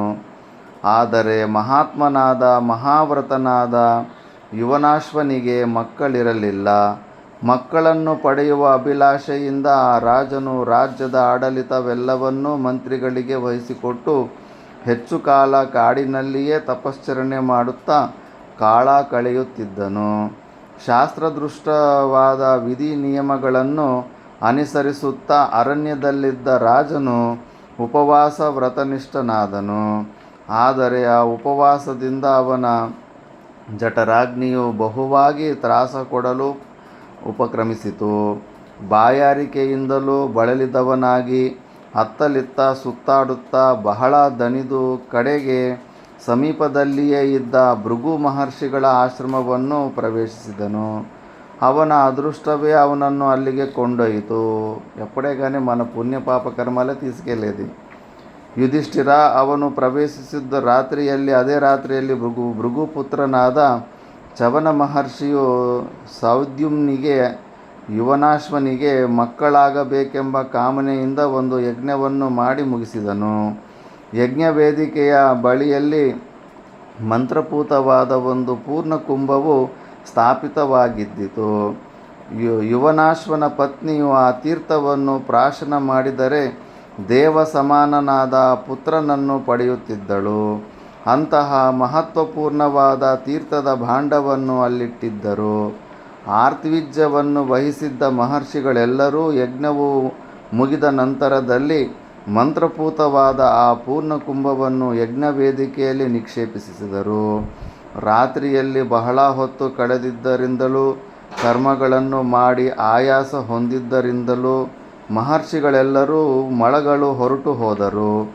ಅವರು ಹೋದ ನಂತರವೇ ಯುವನಾಶ್ವನು ಹಸಿವು ಬಾಯಾರಿಕೆಗಳಿಂದ ಬಳಲಿದವನಾಗಿ ಆಶ್ರಮವನ್ನು ಪ್ರವೇಶಿಸಿದನು. ಸೌದ್ಯುಮ್ನಿಗೆ ನೀರಿನ ಅವಶ್ಯಕತೆಯು ಬಹಳವಾಗಿದ್ದಿತು. ನಾಲಿಗೆಯು ಒಣಗಿ ಹೋಗಿದ್ದಿತು. ಆಶ್ರಮವನ್ನು ಪ್ರವೇಶಿಸಿದೊಡನೆಯೇ ಕುಡಿಯಲು ನೀರು ಕೇಳಿದನು. ರಾಜನ ಬಾಯಿ ಒಣಗಿ ಹೋಗಿದ್ದುದರಿಂದಲೂ ಆಹಾರವಿಲ್ಲದೆ ಬಳಲಿಕೆಯಿಂದಲೂ ಅವನ ಧ್ವನಿಯು ಬಹಳವಾಗಿ ಕುಗ್ಗಿ ಹೋಗಿದ್ದಿತು. ಪಕ್ಷಿಯ ಧ್ವನಿಯಂತೆ ಕೀರಲು ಧ್ವನಿಯಿಂದ ಕೂಡಿದ್ದ ಅವನ ಪ್ರಾರ್ಥನೆಯು ಆಶ್ರಮದಲ್ಲಿ ಮಲಗಿದ್ದ ಯಾರೊಬ್ಬರಿಗೂ ಕೇಳಿಸಲಿಲ್ಲ. ರಾಜನು ಹತಾಶನಾಗಿ ಆಶ್ರಮದೊಳಗೆ ಸುತ್ತಲೂ ನೋಡಿದನು. ಯಜ್ಞವೇದಿಯಲ್ಲಿ ಜಲಪೂರ್ಣವಾಗಿದ್ದ ಉದಕುಂಭಕವಿದ್ದುದು ಅವನಿಗೆ ಕಾಣಿಸಿತು. ಒಡನೆಯೇ ರಾಜನು ಉದಕುಂಭವಿದ್ದೆಡೆಗೆ ಧಾವಿಸಿದನು. ಅದರಲ್ಲಿದ್ದ ನೀರೆಲ್ಲವನ್ನೂ ಕುಡಿದು ಉದಕುಂಭವನ್ನು ಕೆಳಗಿಟ್ಟನು. ಬಹಳ ಬಾಯಾರಿಕೆಯಿಂದ ಬಳಲಿದ್ದ ಮಹೀಪತಿಯು ಶೀತಳವಾಗಿದ್ದ ಆ ನೀರನ್ನು ಕುಡಿದು ಸಮಾಧಾನ ಹೊಂದಿದನು. ಬಾಯಾರಿಕೆಯ ದನಿವಾರಿ ರಾಜನಿಗೆ ಅಮಿತವಾದ ತೃಪ್ತಿಯೂ ಆಯಿತು. ಸ್ವಲ್ಪ ಹೊತ್ತು ಕಳೆದ ನಂತರದಲ್ಲಿ ತಪೋಧನರಾದ ಮಹರ್ಷಿಗಳೆಲ್ಲರೂ ನಿದ್ರೆಯಿಂದ ಎಚ್ಚೆತ್ತರು. ಜಲದಿಂದ ರಹಿತವಾಗಿದ್ದ ಕುಂಭವನ್ನು ಎಲ್ಲರೂ ನೋಡಿದರು. ಒಡನೆಯೇ ಅವರೆಲ್ಲರೂ ಒಂದೆಡೆಯಲ್ಲಿ ಕಳೆತು ಈ ಕೆಲಸವು ಯಾರಿಂದ ಆಗಿರಬಹುದೆಂದು ಸಮಾಲೋಚಿಸತೊಡಗಿದರು. ಅಲ್ಲಿಯೇ ಇದ್ದ ಯುವನಾಶ್ವನು ಆ ಕಾರ್ಯವನ್ನು ತಾನೇ ಮಾಡುವುದಾಗಿಯೂ ಬಾಯಾರಿಕೆಯಿಂದ ಬಳಲಿದ್ದ ತಾನು ಉದಕುಂಭದಲ್ಲಿದ್ದ ನೀರೆಲ್ಲವನ್ನೂ ಕುಡಿದುದಾಗಿಯೂ ಮಹರ್ಷಿಗಳೊಡನೆ ಹೇಳಿದನು. ಆ ಮಾತುಗಳನ್ನು ಕೇಳಿದ ಭೃಗುಪುತ್ರನು ಖಿನ್ನನಾಗಿ ರಾಜನೊಡನೆ ಹೇಳಿದನು, ಮಹಾರಾಜ, ನೀನು ಮಾಡಿದುದು ಸರಿಯಲ್ಲ. ನಿನಗೆ ಮಕ್ಕಳಾಗಬೇಕೆಂಬ ಅಭಿಲಾಷೆಯಿಂದಲೇ ಅದಕ್ಕೆ ಸಂಬಂಧಿಸಿದಂತೆ ಹೋಮ ಹವನಾದಿಗಳನ್ನು ಮಾಡಿ ಮಂತ್ರಪೂತವಾದ ಉದಕವನ್ನು ಈ ಉದಕುಂಭದಲ್ಲಿಡಲಾಗಿತ್ತು. ನಾನು ಮಹಾಕ್ಲಿಷ್ಟವಾದ ತಪಸ್ಸನ್ನು ಮಾಡಿ ನನ್ನ ತಪಫಲವನ್ನು ಬೀಜರೂಪವಾಗಿ ಈ ಭಾಂಡದಲ್ಲಿ ನಿಕ್ಷೇಪಿಸಿದ್ದೆನು. ರಾಜರ್ಷಿಯೇ, ಮಹಾಬಲಶಾಲಿಯಾಗಿಯೂ ಮಹಾವೀರ್ಯವಂತನಾಗಿಯೂ ಇಂದ್ರನನ್ನು ತನ್ನ ಪರಾಕ್ರಮದಿಂದ ಯಮಾಲಯಕ್ಕೆ ಕಳಿಸುವಷ್ಟು ಸಾಮರ್ಥ್ಯವುಳ್ಳವನಾಗಿಯೂ ಇರುವ ಪುತ್ರನು ನಿನಗೆ ಹುಟ್ಟಬೇಕೆಂಬ ಅಭಿಲಾಷೆಯಿಂದ ನಾನು ಈ ಕರ್ಮಗಳೆಲ್ಲವನ್ನೂ ಮಾಡಿ ನನ್ನ ತಪಫಲವ ಎಲ್ಲವನ್ನೂ ಈ ಉದಕುಂಭದಲ್ಲಿ ನಿಕ್ಷೇಪಿಸಿದ್ದೆನು. ಈ ತೀರ್ಥವನ್ನು ನಿನ್ನ ಪತ್ನಿಯು ಕುಡಿದ ಅವಳಲ್ಲಿ ಸರ್ವಶ್ರೇಷ್ಠನಾದ ಮಗನು ಹುಟ್ಟಬೇಕಾಗಿದ್ದಿತು. ನೀನೀಗ ಈ ತೀರ್ಥವನ್ನು ಕುಡಿದು ಅಕಾರ್ಯವನ್ನೇ ಮಾಡಿಬಿಟ್ಟಿರುವೆ. ನೀನು ಇದನ್ನು ಕುಡಿಯಬಾರದಾಗಿತ್ತು. ಆದರೆ ನೀನೀಗ ಈ ತೀರ್ಥವನ್ನು ಕುಡಿದು ಬಿಟ್ಟಿರುವುದರಿಂದ ನಾವಾದರೂ ಏನನ್ನು ಮಾಡಲು ಅಸಮರ್ಥರಾಗಿದ್ದೇವೆ. ನೀನು ಹೀಗೆ ಮಾಡಿರುವುದು ಕೇವಲ ದೈವಚೋದಿತವೇ ಆಗಿರುವುದು. ನನ್ನ ತಪಫಲವನ್ನು ಪಡೆದಿದ್ದ ಮಂತ್ರಪೂತವಾಗಿದ್ದ ತೀರ್ಥವನ್ನು ನೀನು ಬಾಯಾರಿಕೆಯಿಂದ ಕುಡಿದು ಬಿಟ್ಟೆಯಾದ ಕಾರಣ ನಾನು ಮೇಲೆ ಹೇಳಿದಂತೆ ಸರ್ವಲಕ್ಷಣ ಸಂಪನ್ನನಾದ ಮತ್ತು ಮಹಾಪರಾಕ್ರಮಶಾಲಿಯಾದ ಮಗನನ್ನು ನೀನೇ ಹಡೆಯಬೇಕಾಗಿದೆ. ಬೇರೆ ಏನೂ ಮಾಡಲು ಸಾಧ್ಯವಿಲ್ಲ. ಇಂದ್ರನಿಗೆ ಸಮಾನನಾದ ಮಗನು ನಿನಗೆ ಲಭ್ಯವಾಗುವಂತೆ ನಿನ್ನ ಪರವಾಗಿ ನಾವು ಪರಮಾದ್ಭುತವಾದ ಒಂದು ಯಾಗವನ್ನು ಮಾಡುವೆವು. ಆ ಯಾಗದ ಫಲದಿಂದ ನಿನಗೆ ಗರ್ಭಧಾರಣೆಯ ಕ್ಲೇಶವೂ ಉಂಟಾಗುವುದಿಲ್ಲ. ಹೀಗೆ ಹೇಳಿ ಭೃಗುನಂದನನು ರಾಜನನ್ನು ಸಮಾಧಾನಗೊಳಿಸಿದನು. ಯುಧಿಷ್ಠಿರ, ಮುಂದೆ 100 ವರ್ಷಗಳು ಕಳೆದವು. ಅನಂತರದಲ್ಲಿ ಯುವನಾಶ್ವನ ಹೊಟ್ಟೆಯ ಎಡಭಾಗವನ್ನು ಸೀಳಿಕೊಂಡು ಸೂರ್ಯನಿಗೆ ಸಮಾನವಾದ ತೇಜಸ್ವಿನಿಂದ ಕೂಡಿದ್ದ ಶಿಶುವು ಹೊರಬಂದಿತು. ಆ ಶಿಶುವು ಹುಟ್ಟಿದಾಗಲೇ ಬಹಳ ಬಲಶಾಲಿಯಾಗಿದ್ದಿತು. ಯುವನಾಶ್ವನ ಹೊಟ್ಟೆಯನ್ನು ಸೀಳಿ ಮಗುವು ಹೊರಗೆ ಬಂದರೂ ಯುವನಾಶ್ವನು ಸಾಯಲೂ ಇಲ್ಲ, ಯಾತನೆಯನ್ನು ಅನುಭವಿಸಲಿಲ್ಲ. ಇದು ಪರಮಾದ್ಭುತವಲ್ಲವೇ? ಧರ್ಮಜ, ಭೃಗುನಂದನನ ತಪಪ್ರಭಾವದಿಂದಲೂ ಅವನು ರಾಜನ ಸಲುವಾಗಿ ಮಾಡಿದ ಯಜ್ಞದ ಫಲದಿಂದಲೂ ಯುವನಾಶ್ವನಿಗೆ ಯಾವ ವಿಧವಾದ ತೊಂದರೆಯೂ ಆಗಲಿಲ್ಲ. ಅಂತಹ ಅದ್ಭುತವಾದ ಶಿಶುವೊಂದು ಭೂಲೋಕದಲ್ಲಿ ಹುಟ್ಟಿರುವುದನ್ನು ನೋಡಲು ಇಂದ್ರನೂ ದೇವತೆಗಳೊಡನೆ ಯುವನಾಶ್ವನ ಅರಮನೆಗೆ ಆಗಮಿಸಿದನು. ಮಗುವನ್ನು ನೋಡುತ್ತಲೇ ಮುಗ್ಧರಾದ ದೇವತೆಗಳು ಇಂದ್ರನನ್ನು ಕೇಳಿದರು, ಮಹೇಂದ್ರ, ಈ ಮಗುವು ಏನನ್ನು ಕುಡಿಯುತ್ತದೆ? ತಂದೆಯನ್ನೇ ತಾಯಿಯನ್ನಾಗಿ ಪಡೆದಿರುವ ಶಿಶುವಿಗೆ ಸ್ತನ್ಯಪಾನದ ಅದೃಷ್ಟವೆಲ್ಲಿಯದು? ಇಂದ್ರನು ಕ್ಷಣಕಾಲ ಯೋಚಿಸಿ ತನ್ನ ತರ್ಜನಿಯನ್ನು ಹೆಬ್ಬಟ್ಟಿನ ಪಕ್ಕದ ತೋರು ಬೆರಳುಗಳನ್ನು ಶಿಶುವಿಗೆ ಚೀಪಲು ಕೊಟ್ಟು, ಅಯಂ ಮಾಂ ದಾಸ್ಯತಿ, ನನ್ನನ್ನೇ ಇವನು ಕುಡಿಯುತ್ತಾನೆ ಎಂದು ದೇವತೆಗಳೊಡನೆ ಹೇಳಿದನು. ಶಿಶುವಿಗೆ ಸ್ತನ್ಯದ ಪ್ರತ್ಯಾಮ್ನಾಯವಾಗಿ ತನ್ನ ತರ್ಜನಿಯನ್ನೇ ಕೊಟ್ಟು ಇಂದ್ರನು ಮಾಂ ದಾಸ್ಯತಿ ಎಂದು ಹೇಳಿದ್ದರಿಂದ ದೇವತೆಗಳು ಆ ಶಿಶುವಿಗೆ ಮಾಂದಾತ ಎಂದೇ ನಾಮಕರಣ ಮಾಡಿದರು. ಯುಧಿಷ್ಠಿರ, ಇಂದ್ರನಿಂದ ಕೊಡಲ್ಪಟ್ಟ ತೋರು ಬೆರಳನ್ನೇ ಸ್ತನ್ಯದಂತೆ ಚೀಪಿದ ತೇಜೋಪುಂಜಪೂರ್ಣವಾದ ಆ ಶಿಶುವು ಮರುಕ್ಷಣದಲ್ಲಿಯೇ 13 ಗೇಣುಗಳಷ್ಟು ಉದ್ದವಾಗಿ ಬೆಳೆಯಿತು. ಹೀಗೆ ಬೆಳೆದ ಆ ರಾಜಕುಮಾರನು ಧ್ಯಾನಾಸಕ್ತನಾದೊಡನೆಯೇ ಧನುರ್ವೇದ ಸಹಿತವಾದ ಸಕಲ ವೇದಗಳು ಮತ್ತು ಸಕಲ ದಿವ್ಯಾಸ್ತ್ರಗಳು ಅವನ ಸಮೀಪದಲ್ಲಿ ಉಪಸ್ಥಿತವಾದವು. ಅನ್ಯರ ಸಹಾಯವಿಲ್ಲದೆಯೇ ಅವನು ಸಕಲ ವಿದ್ಯೆಗಳನ್ನು ಕಲಿತನು. ಅದೇ ಮುಹೂರ್ತದಲ್ಲಿಯೇ ಆ ರಾಜಕುಮಾರನಿದ್ದೆಡೆಗೆ ಆಜಗವ ಎಂಬ ಹೆಸರಿನ ಸುಪ್ರಸಿದ್ಧವಾದ ಧನುಸ್ಸು, ಶೃಂಗಗಳಿಂದ ಮಾಡಿದ ಅನೇಕ ಬಾಣಗಳನ್ನು ಮತ್ತು ಅಭೇದ್ಯವಾದ ಕವಚ ಇವುಗಳೆಲ್ಲವೂ ಬಂದು ಅವನ ಆಶ್ರಯ ಪಡೆದವು. ಯುಧಿಷ್ಠಿರ, ಈ ರೀತಿಯಲ್ಲಿ ಕೇವಲ ಧ್ಯಾನ ಮಾತ್ರದಿಂದಲೇ ಸಕಲ ವಿದ್ಯೆಗಳನ್ನು, ಕವಚ, ಧನುರ್ಬಾಣಗಳನ್ನು ಪಡೆದ ಮಹಾಪರಾಕ್ರಮಿಯಾದ ಮಾಂಧಾತೃವಿಗೆ ಇಂದ್ರನೇ ಸಾಮ್ರಾಜ್ಯ ಪಟ್ಟಾಭಿಷೇಕವನ್ನು ಮಾಡಿದನು. ಪಟ್ಟಾಭಿಷೇಕ ನಂತರದಲ್ಲಿ ಮಾಂಧಾತೃ ಚಕ್ರವರ್ತಿಯು ವಿಷ್ಣುವಿನೋಪಾದಿಯಲ್ಲಿ 3 ಲೋಕಗಳನ್ನು ಪರಾಕ್ರಮದಿಂದಲೂ ಧರ್ಮದಿಂದಲೂ ಜಯಿಸಿದನು. ಅವನ ರಥದ ಚಕ್ರಗಳು 3 ಲೋಕಗಳಲ್ಲಿಯೂ ಅಪ್ರತಿಹತವಾಗಿ ಹೋಗುತ್ತಿದ್ದವು. ಅವುಗಳಿಗೆ ಎಲ್ಲಿಯೂ ತಡೆಯೇ ಇರುತ್ತಿರಲಿಲ್ಲ. ಭೂಮಿಯಲ್ಲಿದ್ದ ನವರತ್ನಗಳು ಸ್ವೇಚ್ಛೆಯಿಂದಲೇ ಬಂದು ಮಾಂಧಾತೃ ಚಕ್ರವರ್ತಿಯ ಬೊಕ್ಕಸದಲ್ಲಿ ಉಪಸ್ಥಿತವಾಗುತ್ತಿದ್ದವು. ಹೆಚ್ಚೇನು ಹೇಳಲಿ ಧರ್ಮಜ? ಸಕಲೈಶ್ವರ್ಯಯುಕ್ತವಾದ ಈ ಅಖಂಡ ಭೂಮಂಡಲವು ಅವನದೇ ಆಗಿದ್ದಿತು. ಮಾಂಧಾತೃ ಚಕ್ರವರ್ತಿಯು ಅನೇಕಾನೇಕ ಬಹುದಕ್ಷಿಣಾಕವಾದ ಯಾಗಗಳನ್ನು ಮಾಡಿದನು. ಅನೇಕ ಧರ್ಮ ಕಾರ್ಯಗಳನ್ನು ಮಾಡಿ ಆ ಚಕ್ರವರ್ತಿಯು ಇಂದ್ರನ ಅರ್ಧಾಸನದಲ್ಲಿ ಇಂದ್ರನೊಡನೆ ಕುಳಿತುಕೊಳ್ಳುವ ಯೋಗ್ಯತೆಯನ್ನು ಸಂಪಾದಿಸಿದನು. ಧರ್ಮನಿತ್ಯನಾದ ಧೀಮಂತನಾದ ಮಾಂಧಾತೃ ಚಕ್ರವರ್ತಿಯು ಅನೇಕಾನೇಕ ಪಟ್ಟಣಗಳಿಂದಲೂ ಸಮುದ್ರಗಳಿಂದಲೂ ಪರಿವೃತವಾದ ಭೂಮಿಯನ್ನು శాసన మాత్రದಿಂದಲೇ ಒಂದೇ ದಿನದಲ್ಲಿ జయించిದನು. ఒక్క రోజులోనే పృథివీని గెలిచిండు. ಅವನ ಆಜ್ಞೆಗೆ ಪ್ರತಿರೋಧವೆಂಬುದೇ ಎಲ್ಲಿಯೂ ಇರಲಿಲ್ಲ. ಈ ಕಾರಣದಿಂದಲೇ ಅವನು ಮಾಡಿದ ಯಜ್ಞಗಳು ಯೂಪಸ್ತಂಭಗಳನ್ನು ವಿಶ್ವದ ಎಲ್ಲೆಡೆಗಳಲ್ಲಿಯೂ ಇದ್ದು ನಾವು ಕಾಣಬಹುದಾಗಿದೆ. ಪೃಥ್ವಿಯ 4 ದಿಕ್ಕುಗಳಲ್ಲಿಯೂ ಅವನ ಪ್ರತಿಷ್ಠಾಪಿಸಿದ ಯೂಪ ಸ್ತಂಭಗಳು ಈಗಲೂ ಇವೆ. ಧರ್ಮಜ, ಯಜ್ಞಗಳನ್ನು ಮಾಡಿದ ನಂತರದಲ್ಲಿ ಅವನು ಬ್ರಾಹ್ಮಣರಿಗೆ 10,000 ಪದ್ಮ ಸಂಖ್ಯಾಕವಾದ ಗೋವುಗಳನ್ನು ದಕ್ಷಿಣಾರೂಪವಾಗಿ ಕೊಟ್ಟನೆಂದು ನಾವು ಕೇಳಿದ್ದೇವೆ. 100 ಕೋಟಿ ಸೇರಿದ್ರೆ ಒಂದು ಪದ್ಮ. ಮಾಂಧಾತೃ ಚಕ್ರವರ್ತಿಯ ಪರಾಕ್ರಮವು ಇಂದ್ರನಿಗಿಂತಲೂ ಮಿಗಿಲಾಗಿದ್ದಿತು. ಯುಧಿಷ್ಠಿರ, ಅವನ ಆಳ್ವಿಕೆಯಲ್ಲಿ ಒಮ್ಮೆ ವೀರಕ್ಷಾಮ ಉಂಟಾಯಿತು. ಸುಮಾರು 12 ವರ್ಷಗಳವರೆಗೆ ಮಳೆ ಬೆಳೆಗಳೇ ಇಲ್ಲವಾಯಿತು. ಆ ಸಮಯದಲ್ಲಿ ಮಾಂಧಾತೃ ಚಕ್ರವರ್ತಿಯು ಇಂದ್ರನು ನೋಡುತ್ತಿರುವಂತೆಯೇ ಮೋಡಗಳಿಗೆ ಆಜ್ಞೆ ಮಾಡಿ ಸಸ್ಯಗಳ ಅಭಿವೃದ್ಧಿಗಾಗಿ ಮಳೆಯಾಗುವಂತೆ ಮಾಡಿದನು.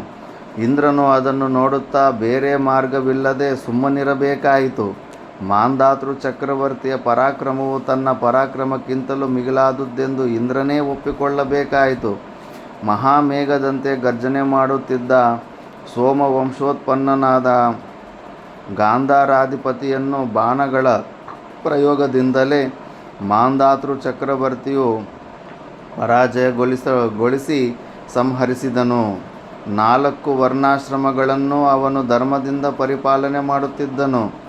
ಮಹಾ ತೇಜಸ್ವಿಯಾದ ಮಹಾತ್ಮನಾದ ಮಾಂಧಾತೃ ಚಕ್ರವರ್ತಿಯ ಪ್ರಭಾವದಿಂದ ಲೋಕಗಳೆಲ್ಲವೂ ಉಪದ್ರವ ರಹಿತವಾಗಿದ್ದವು. ಸೂರ್ಯನಿಗೆ ಸಮವಾದ ತೇಜಸ್ಸಿನಿಂದ ಕೂಡಿದ್ದ ಆ ಚಕ್ರವರ್ತಿಯು ದೇವತೆಗಳ ಪ್ರೀತ್ಯರ್ಥವಾಗಿ ಯಾಗ ಮಾಡಿದ ಕ್ಷೇತ್ರಗಳಲ್ಲಿ ಇದೂ ಒಂದು ಕ್ಷೇತ್ರವಾಗಿರುತ್ತದೆ. ಇಲ್ಲಿಯೂ ಅವನು ದೇವತೆಗಳ ಪ್ರೀತ್ಯರ್ಥವಾಗಿ ಅನೇಕಾನೇಕ ಯಾಗಗಳನ್ನು ಮಾಡಿ ಬ್ರಾಹ್ಮಣರಿಗೆ ಯಥೇಚ್ಛವಾಗಿ ದಕ್ಷಿಣೆಗಳನ್ನು ಕೊಟ್ಟಿದನು. ಕುರುಕ್ಷೇತ್ರದ ಮಧ್ಯದಲ್ಲಿ ಇರುವ ಈ ಪ್ರದೇಶವು ಪುಣ್ಯತಮವಾದ ಮಾಂಧಾತೃ ಚಕ್ರವರ್ತಿಯ ಯಜ್ಞಭೂಮಿಯಾಗಿರುತ್ತದೆ. ಧರ್ಮಜ, ನಿನ್ನ ಅಪೇಕ್ಷೆಯಂತೆ ನಿನಗೆ ಮಾಂಧಾತೃ ಚಕ್ರವರ್ತಿಯ ಜೀವನ ಚರಿತ್ರೆಯನ್ನು ಮತ್ತು ಅದ್ಭುತವಾದ ಅವನ ಜನ್ಮ ವೃತ್ತಾಂತವನ್ನು ಹೇಳಿರುತ್ತೇನೆ. ಜನ್ಮೇಜಯ, ಲೋಮಶರು ಮಾಂಧಾತೃ ಚಕ್ರವರ್ತಿಯ ಕಥೆಯನ್ನು ಹೃದಯಂಗಮವಾಗಿ ಹೇಳಿ ಮುಗಿಸಿದ ನಂತರ ಏಕಾಗ್ರಚಿತ್ತನಾಗಿ ಕೇಳುತ್ತಿದ್ದ ಯುಧಿಷ್ಠಿರನು ಸೋಮಕನ సంబంధವಾಗಿ ప్రశ్నించదను. ఇక్కడ ఈ స్టోరీ ఏంటంటే, మాంధాత అని ఒక మహానుభావుడు చక్రవర్తి అతని ఎలా పుట్టాడు అని. వాళ్ళ నాన్న మంచి పిల్లలు కావాలని యాగం చేపిస్తూ ఉంటాడు. మంచి తపశ్చరణ చేసి ఇంక ఉపవాసాలు అవి ఇవి ఉండి చేయాల్సి ఉంటుంది కదా. ఇంకా ఈ చవన ఋషిని అవి చేపిస్తున్నాడు అవన్నీ. ఇంకా నీళ్ళు దాహం అయితే అక్కడ ఒక కలశం పెట్టింటారు కదా, ఆ కలశంలో ఉన్న నీళ్ళే టక్కని తాగేసింది. ఆ యవన మహర్షి ఏమో ఆ కలశంలోనే అంత శక్తినంతా నింపి అందులోనే కొడుకు అది తన భార్య తాగాల్సి ఉండే. యజ్ఞం అంతా అయిపోయిన తర్వాత భార్య తాగింటే గర్భధారణ అయ్యేది. ఈయన తాగేసిండు. తాగేస్తే కానీ ఇంకా మేము అది వ్యర్థం కాకూడదు అని చెప్పేసి ఇంకా నీకే పుడతాడు, వాళ్ళ నాన్నకే పుడతాడు, కానీ నీకు గర్భంలో జరిగే ఆ ఇబ్బందులన్నీ నీకేం జరగవు, అలా జరగకుండా మేము దానికి ఒక సపరేట్ యజ్ఞం చేస్తాము. ఇంద్రుని కన్నా బలమైన కొడుకు పుట్టాల్సిందంటే పొట్ట చిలుచుకొని పుడతాడు.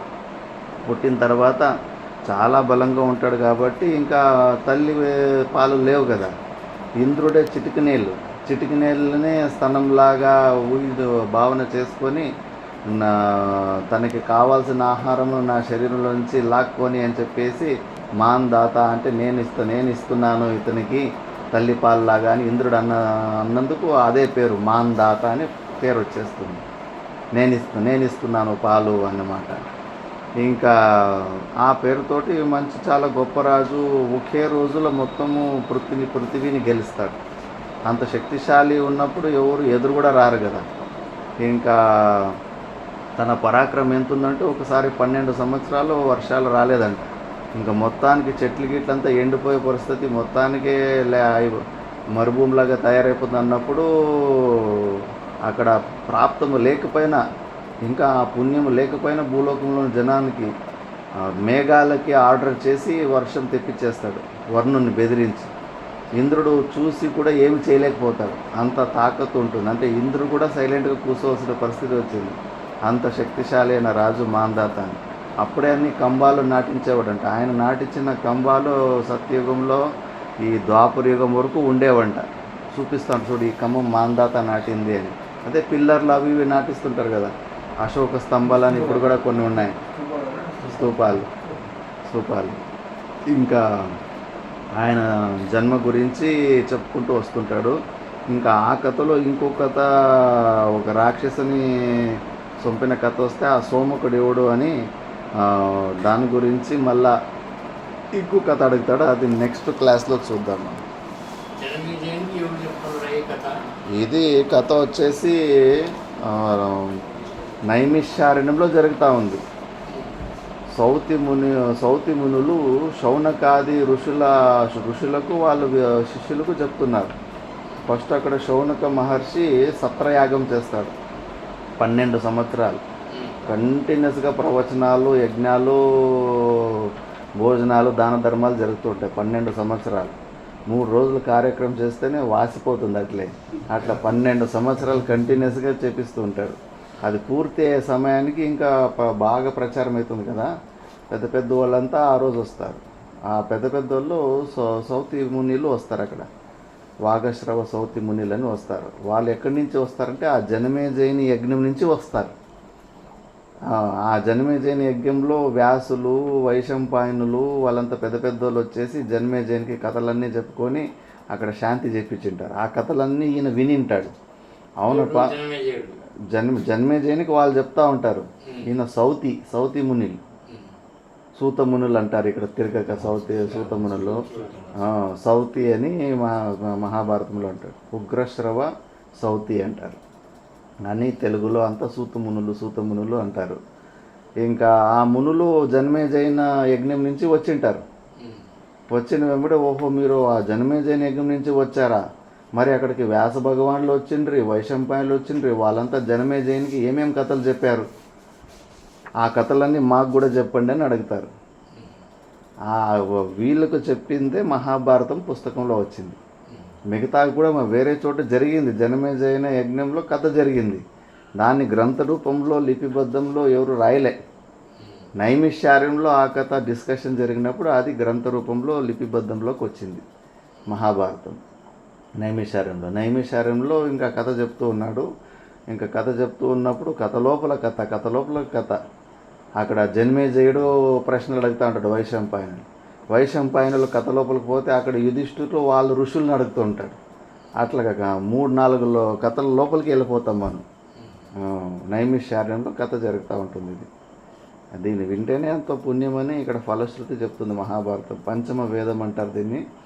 జీవితం అంటే అసలు మహాభారతంలో ఈ ప్రపంచంలో ఏమేమి ఉన్నాయో వాటి గురించే మహాభారతంలో ఉంది. మహాభారతంలో లేనిది ప్రపంచంలో ఏమీ లేదు అట్లా కొత్తది. నువ్వు దేని గురించి చెప్తావా? బాంబుల గురించి చెప్తావా? మిషన్లు, టెక్నాలజీ గురించి చెప్తావా? వైరస్ బాంబుల గురించి ఇందులో వచ్చింది మహాభారతంలో. దుర్యోధన వాళ్ళ తండ్రి ధృతరాష్ట్రునికి వాళ్ళు సలహాలు ఇచ్చేటోళ్ళు చెబుతారు, మనం ఒక పని చేద్దాం, మన శత్రువుల దేశంలో వైరస్ బాంబులు, బయాలజికల్ బాంబులు వేసేస్తే కానీ వాళ్ళు రోగాలు వచ్చేసి అట్లే వాళ్ళు పేదరికంలో పడి అట్లే వాళ్ళు పాడైపోతారు. అంతే, అదే చేస్తున్నారు. మన కరోనా వైరస్ కూడా వాడు తయారు చేసుకొని దేశం మీద వదిలిపెట్టాలని చూశాడు, కానీ అక్కడే బ్లాస్ట్ అయింది. అది వాడి ల్యాబ్లోనే అక్కడి నుంచినే బయటకు వాళ్ళనే అటాక్ చేసింది. అది భస్మాసుర తత్వంలాగా వాడి మీదనే అది ఎక్కువైపోయింది. అది అందుకే మళ్ళీ వాడు అలాంటి దాని జోలికి పోతలేదు. ఇప్పుడు మళ్ళీ తయారు చేసుకో ఉంటారు, మందులు పక్కా కనిపెట్టుకొని మళ్ళీ వేస్తారు. ఇప్పుడు అట్లా కరోనా వైరస్ లాంటివి తీసుకుంటూ వాళ్ళ దగ్గర కూడా మందులు లేవు కదా, అందుకే అందరు దేశాల్లో ఇది కూడా తయారవుతూ ఉంది. మన భారతదేశం అలాంటి చెడు పనులు చేయదు, బట్ మిగతా దేశాలంతా బయాలజికల్ బాంబులు కూడా తయారు చేసుకుంటుంటారు. మహాభారతంలో వచ్చింది. మళ్ళీ టెక్నాలజీ, యంత్రాలు, మెషిన్లు, బందూకులు వాడు కనిపెట్టినాడు, వీని కనిపెట్టినాడు, మన చెవులో పుడతారు. బందూకులు ఫుల్ డీటెయిల్స్ ఉన్నాయి, రకరకాల బందూకులు అప్పటికే ఉన్నాయి, ఆర్టిలరీ గన్స్ ఉన్నాయి. వాటి గురించి అంత ఫుల్ డీటెయిల్స్ బంత్ తెల్ల. మనం యుద్ధంలో వాడుతున్న విమానాలు ఉన్నాయి ఇందులో, ఇంకా విచిత్రమైన విమానాలు ఉన్నాయి, అలౌకికమైన విమానాలు. అర్జునుని గాంధీవంకున్న శక్తి ఇప్పటి వరకు ఎవరైనా కనిపెట్టారా? ఆ గాంధీవంకి ఆ తాడు ప్రత్యంచ ఉంటుంది కదా, అది తెగిపోతే అదంతకదే అతుక్కుంటుంది. మరి మిగతా వాళ్ళు అంతా దారాలను కట్టుకోవాలి గాంధీవంకి. అలాంటి ధనుష్ కనిపెట్టి టెక్నాలజీ కనిపెట్టిందా? కనిపెట్టలేకపోయింది.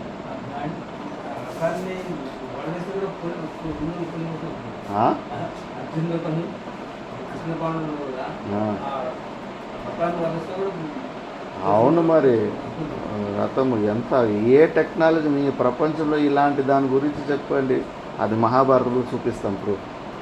అందుకే ప్రపంచంలో ఉన్నదంతా మహాభారతంలో ఉంది. ఇంకా మహాభారతంలో ఉన్నవి కొన్ని ఇంకా ప్రపంచంలో రాలే. అందుకే ఇది ప్రపంచానికంటే కూడా పెద్దది మహాభారతము అంటారు. అలాంటిది అది మిగతాది మనము నెక్స్ట్ క్లాస్లో చూద్దాం. ఓం పూర్ణమద